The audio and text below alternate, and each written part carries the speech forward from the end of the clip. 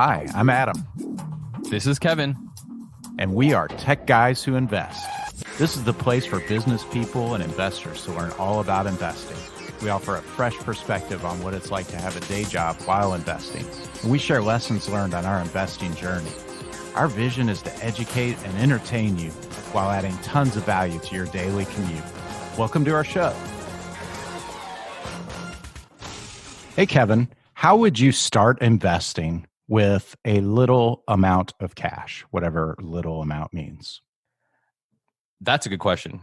And I've thought about this. Actually, this question came from one of our listeners who brought this up, and we figured, hey, now is a good time for us to answer this question and provide you guys with an episode. On top of that, if you do have any podcast ideas or if you have any questions you want to ask us, reach out, techguyswhoinvest@gmail.com. We'd love to hear your thoughts. We'd be open to hearing potential podcast episode ideas. So let us know. Awesome. But to answer All that right. question, So, yeah. which I haven't answered, I thought, for me personally, the first thing I would do is to get educated. Because if you are not educated, you will make mistakes as an investor, and then you have to kind of recoup that to get back to where you once were. But getting educated helps get you focused also. When you know exactly what you want to attack and how to attack it, you can just go after it. Because I've been in that position where I think I want to do this, but I don't know where to go. So I go down a rabbit hole here, then something else sounds good. And not having my investor identity makes me more susceptible to the shiny object syndrome.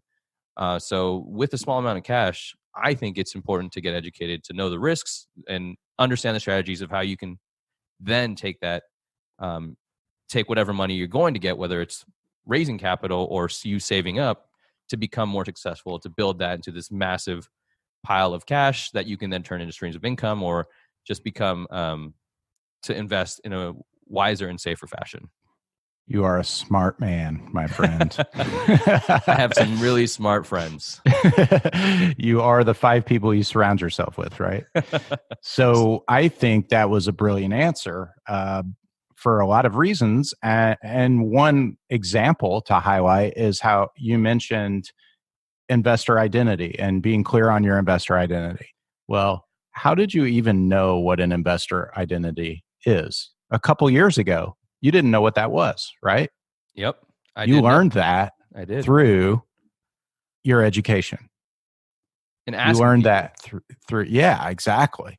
So, I mean, that just makes your point. You take a little bit of money and invest that in an education, whether it's books or videos or a course, or like you and I did the mastermind with Tyler. That is something that will give you an unlimited ROI. And you will grow so much from that you will learn things like how to invest with no money. Yeah, you could take $100 and buy a bunch of books that will help set you off on a better path than you putting $100 into something like Robinhood. Or, for example, that's just a nothing against the Robinhood app and that investing, but I'm just saying you could do it in a much more better fashion, because then you'd be more educated. You'd know what to do next. And then each of those books has a community associated with it. Rich Dad, Poor Dad, I can guarantee there's some community, whether there's a forum on Reddit or Facebook, you can then find people to connect with to then expand your network once you've read that book and you have a better understanding. Yeah, that's what I did. That definitely is how I got started, is by educating myself. And I started with a free resource, which is the library.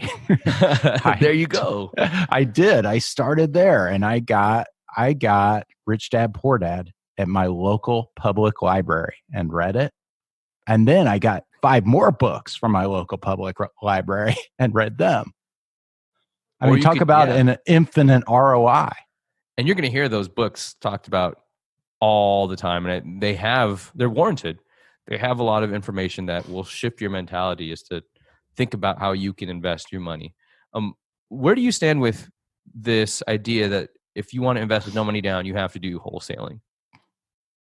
I totally don't subscribe to that at all. I think that's one thing you could do, but there are many more. I bought my first rental property with no money down. How'd you do that? Bought my second rental property with no money down. Actually, come to think of it, I bought my third one with no money down as well. But there are many ways to do it. And what we're talking about, these books and courses and different, seminars or conferences you can go to will teach you how to do those things. Now, the way I did it, you asked how I did it. The way I did it is a couple of different ways. One way is I borrowed the money and bought it with cash from the borrowed money, and then improved the property, and then did a cash out refi where the bank loaned me money on the improved property, which was now worth more. And then I could pay back the private lender that I borrowed money from and still have some left over. Plus, my tenants are paying the mortgage on the property now. So that's one way to do it. Infinite return, basically. Yeah. And anytime you can buy property without your own money, it is. So when I say no money down or none, I'm really talking about none of my own money out of my pocket. It's borrowed money or money I've leveraged in some way. I'm not talking about necessarily zero down payment. So I don't want people to get confused with that. I just mean I didn't use my own money to buy it. Yeah, so this isn't a car commercial. Zero down, 8%, Right. 0% APR. We're definitely not advertising that. And talking about not having your own money in while you invest is a very hot topic.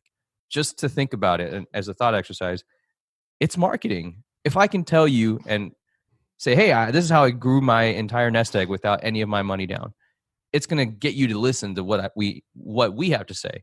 And you'll see a lot of that online. And just if you hear something like that, go a bit deeper, understand what they're talking about. Even with us, if you want to reach out, want to learn more, ask us some questions about it. Or if there's something that we talk about, dive into it yourself. I think that's also important. The whole no money down thing is very much possible, but you're going to have to develop that skill of raising capital.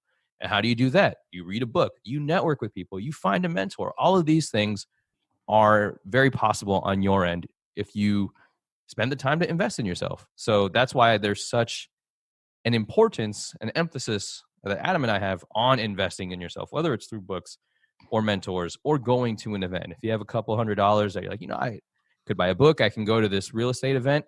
You don't know who you're going to meet there. It could be a mentor, it could be a friend, it could be a partner that is going to help propel you and your investment journey and accelerate it exponentially. Yeah. And one way to get educated is to go to conferences like the one I went to last weekend in Orlando. I went to Multifamily Mastery, Jake and Gino's event, and I learned a ton of stuff. One of the things that they were talking about, which I had already experienced, but they sort of said it in a way that made me rethink it and process it and understand it even a little bit better, which is the way wealthy people and very successful investors think is in terms of the return on the investment and not in terms of the cost of something. So if it makes you money, it doesn't cost you anything. That's what they were saying. And I love that. That's part of what I did in those transactions you asked me about, and part of what the wealthy mindset is. If you borrow money at what middle class and poor people would call expensive, paying someone 10, 12% for their money, but then that makes you more than that amount. It didn't really cost you anything. It helped you achieve a higher goal, and therefore it's worth it. Exactly. That's a fantastic segue into talking about to move off of the zero money down or none of your own money in. That's an ideal, I think. If you can achieve that and learn how to do that, you should run with that. But that doesn't mean you shouldn't, if you can afford to put some of your own cash in, that you should almost like, you shouldn't do that either. Like for an FHA loan, there are people out there that house hack, and I don't know the exact terms of the FHA. Last time I looked into it, it was 3.5% down for that loan. So instead of having the traditional 20% for a loan to buy a property, you only had to have 3.5%, and you had to live in the property for a year or so. if I recall correctly, and somebody can fact check me, but imagine you did that for a duplex or even a single family home and you rented the rest of the property out. You, with your money down, if you are able to collect income on that, that's a huge investment for you and net a positive cash flow. Then you can save up that cash flow to then buy another one and repeat the process. Yeah. And taking action like that is an investment in your education as well. Yeah, just taking absolutely. action, getting that experience, not being afraid to move forward. You will learn, you will educate yourself by doing that. And I think that's a phenomenal way to learn. Action is the single greatest way that you will learn, almost like investing is the single greatest action you can take to get out of the rat race. Yeah, well said. Well, let's see. What are some other ways to get educated? We talked about taking action. We talked about going to conferences, and we even talked about going to the library. Networking. I think networking is huge. That's a good one. You could 10 lunches, assuming lunch is like $10 or something, with different people that you're learning from, or it could be the same person that you're building a relationship with. You don't even have to necessarily learn that exact asset class. Maybe you learn how to bring value to somebody. Maybe you become an expert marketer and you educate that person, like that could be your mentor, on how to market better. And investors tend to recognize when somebody's adding value to them and they'll want to bring value back. So it's like, hey, you've helped me a lot. I want to be able to help you. So that's another way that it could happen. By taking that money, investing in yourself to highlight how you can bring value to a bunch of other people. Hey, Kevin, you know one of my favorite ways to get educated? How? Listening to podcasts. I think I know a fantastic podcast about investing. Tech guys who invest. But in all seriousness, the podcasts are a great way to learn. And they're an abundant resource. So you should check out that out as well. I agree. Are there any of your, like, maybe what's your top, or one or two your favorite podcasts that you listen to learn from? For investing or just learning about life? Yeah, I think for investing. Yeah, so that's a good one. And I'm biased because he's my mentor, but the Cash Flow Guys podcast, Tyler Sheff, is a fantastic podcast. And then from a note investing perspective, the Good Deeds Note Investing by Christopher 70 and Gail Anthony Greenberg. They talk about the day in and day out of how to be a note investor. And I think they have some fantastic nuggets of knowledge to share about the note industry. Yeah, that's awesome, man. I listen to some multifamily podcasts for sure. Love Rod Cleef's podcast, and he was a guest on our show, episode number 5. Listen to several others, but outside of that, I really like Robert Kiyosaki's Rich Dad podcast. I listen to that most regularly. That's probably my favorite one. And then Peter Schiff, that's probably a close second. I really like listening to Peter Schiff. He's an economist and definitely more on the gloom and doom side of things. So I have to balance it out with someone who's not. But the guy's brilliant and really fun to listen to. Okay, so I want to do a thought exercise right now. When did you start investing? A few years ago, right? Yeah, about 3 years ago. So if you were to get into the room with your younger self and with the knowledge you have now, what would be the advice you would give them about investing in themselves or how to invest with little money down? Oh, that's a great one. Do you mean myself in 2016 in that area, or do you mean much younger self? Like, we'll go with the 2016, like when you first started going down this path. Gotcha. Well, looking back, my path was pretty good because I didn't know what I didn't know, and I learned by doing, and I did take action relatively quickly. I guess the advice I would give myself that would have accelerated things is don't be afraid to spend more money investing in myself. Those who know me very closely know that I can be a bit tight-fisted.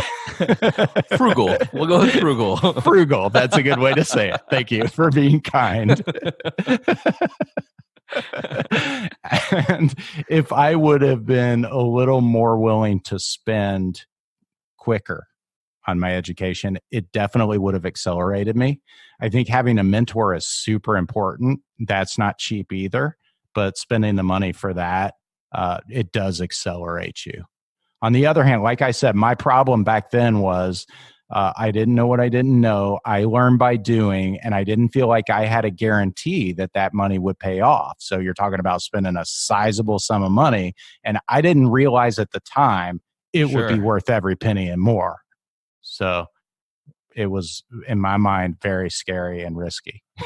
But it worked out. How about yourself, Kevin? If you talk to your younger self when you first started investing, what would you say to yourself?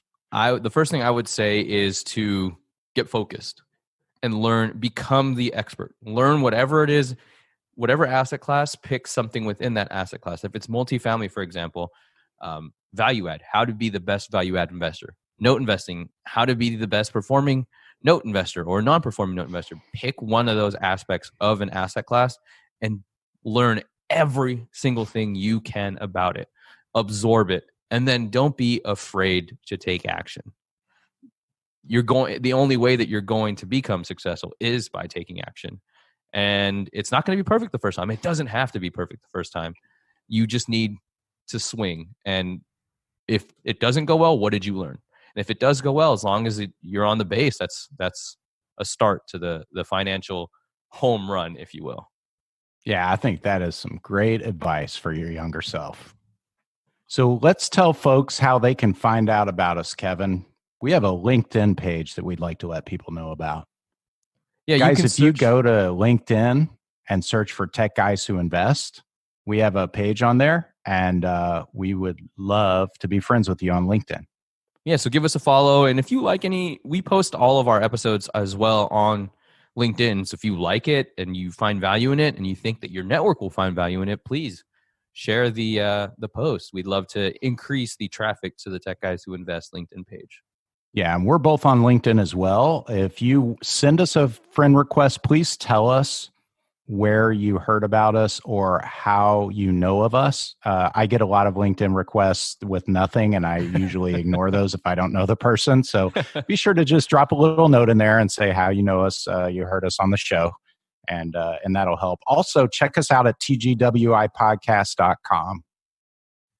All right. Thanks, everybody. We look forward to hearing podcast ideas from you and connecting with you on LinkedIn and on the website. Have a great week. That's it for this episode of Tech Guys Who Invest. This is Adam. And this is Kevin. Thank you so much for listening to us. Don't forget to join our Facebook page where we're building a community of investors so that we can share ideas, tips, and other ways to help us get out of the rat race. If you found value in this podcast, it would mean the world to us if you could share it with your network. Lastly, we love feedback. It's how we get better. So if you wouldn't mind spending 30 seconds and leaving us an honest review on iTunes or Stitcher or whatever platform you're using, that would be super sweet. If you want to get on Adam or Kevin's calendar, go to tgwipodcast.com/contact. We want to help you invest safely, wisely, and ultimately get you out of the rat race. Thanks again.